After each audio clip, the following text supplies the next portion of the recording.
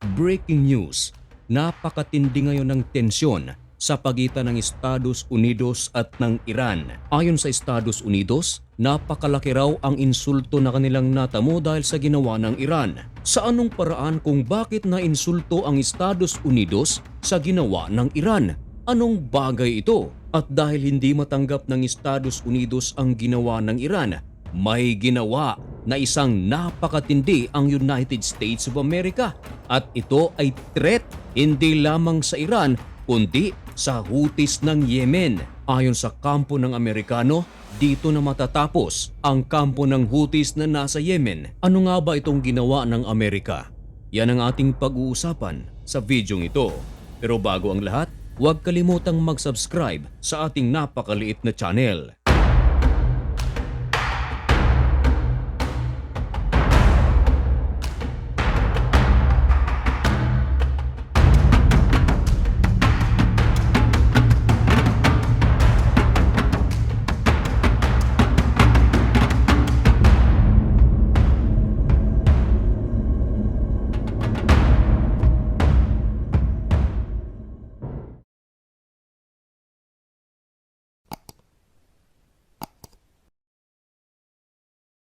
Maligayang pagbabalik mga mahal kong kaibigan. Kumusta kayo? Ngayon ay March 27, 2025. Isang napakainit at napakabagong balita ang ating ihahatid sa inyo. Ito ay tungkol sa napakainit na tensyon ngayon sa pagitan ng Estados Unidos at ng Iran. Ang inyong nakikita sa videong ito mga kaibigan ay ang aktwal na footage na kung saan ang nagpalabas nito ay mismong ang gobyerno ng Iran. Mapapansin mo sa videong ito na napakaraming mga missile. Mga kaibigan, ito ay nuclear weapon at ang inyong nakikita ay nuclear facilities. Ang nuclear facilities na ito ay hindi nakapwesto sa ibabaw ng lupa, kundi ang nuclear facilities na ito ay nasa underground. Ginagawa rin dito ang maraming mga missiles at ayon sa ulat, ang mga missiles na ito at ang nuclear facilities na nasa underground ay sinadyang inilabas ng gobyerno ng Iran upang ipakita sa Estados Unidos. Ito rin ay bilang babala ng Iran sa Estados Unidos sa isinasagawang pambubomba nito sa Houthis ng Yemen. Paano naman nainsulto ang Amerika dahil sa ginawa ng Iran? Naaalala nyo ba mga kaibigan na ang presidente ng Estados Unidos na si Donald Trump ay nais makipag-usap sa presidente ng Russia na si Vladimir Putin? Kung baga, kinakasangkapan ni President Donald Trump si Vladimir Putin upang ang Amerika at Iran ay makapag-usap at ang kanilang pag-uusapan ay tungkol sa nuclear deal. Nais ng Amerika mga kaibigan na hindi matuloy ang nuclear project ng Iran. Kinausap na rin ni President Donald Trump ang gobyerno ng United Arab Emirates at ang pakay ay nais pa ring makipag-usap ni President Donald Trump sa Supreme Leader ng Iran at ang pakay, pag-usapan para mahinto ang nuclear project ng bansang ito. Pero ibinasura ng gobyerno ng Iran ang nais ni Donald Trump na pag-uusap. Hanggang sa kahapon mga kaibigan, naglabas mismo ng video ang gobyerno ng Iran at dito ipinakita sa isang underground ang kanilang nuclear facilities na punong-puno ng mga missiles. Ang tanong, paano ngayon ito mahihinto dahil ang Iran ay handang-handa na para sa kanilang nuclear weapon? Sa halip na magpakita ng interes ang gobyerno ng Iran sa nais ni President Donald Trump para sa isang nuclear deal, pero iba ang kanilang ipinakita.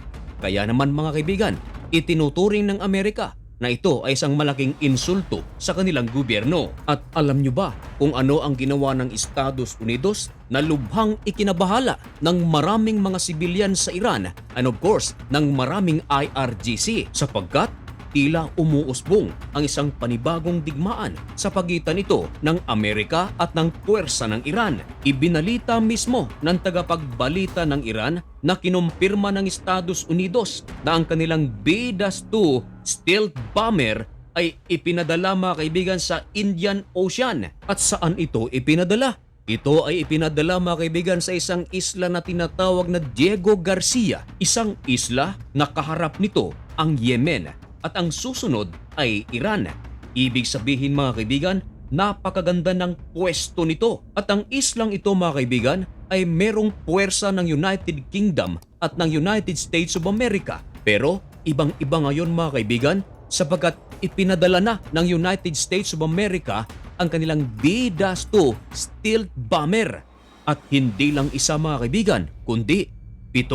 Sa kabuuan mga kaibigan, ang United States of America ay meron silang 20 na B-2 stealth bomber. At dahil 7 ang kanilang ipinadala, ibig sabihin halos kalahati ng puwersa ng B-2 stealth bomber ay nasa pwesto ngayon na harap ng Yemen at ng Iran. At take note mga kaibigan, hindi ito ipapadala pa lamang, kundi ito ay nakapwesto na. Ito ay matapos na inilabas ng Iran ang kanilang nuclear facilities underground. Punong-puno kasi ito ng missiles. Ayon sa mga eksperto, parang may panluloko na ginagawa ang Iran.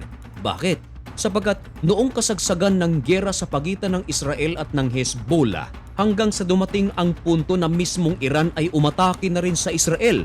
Of course, hindi na nahimik ang puwersa ng Israel. Umatake rin ito sa Iran at ibinalita pa mismo ng The Times of Israel na winasak ng puwersa ng Israel ang mga nuclear facilities ng Iran, maging ang nuclear facilities dito na nasa bansang Syria.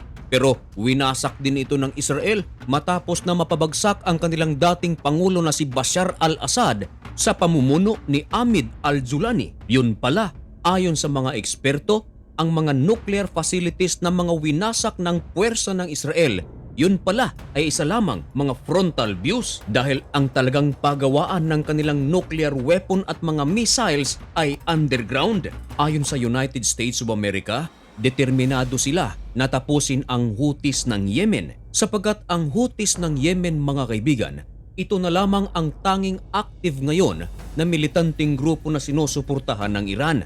And of course, ito ay isang matinding sandata ng Iran upang kanilang maipagpatuloy ang kanilang nuclear weapon project. At hanggang ngayon ay wala pang ipinapakitang sign ang Estados Unidos kung kailan nila titigilan ang Houthis ng Yemen. Gaano nga ba katindi ang stealth bomber ng Amerika?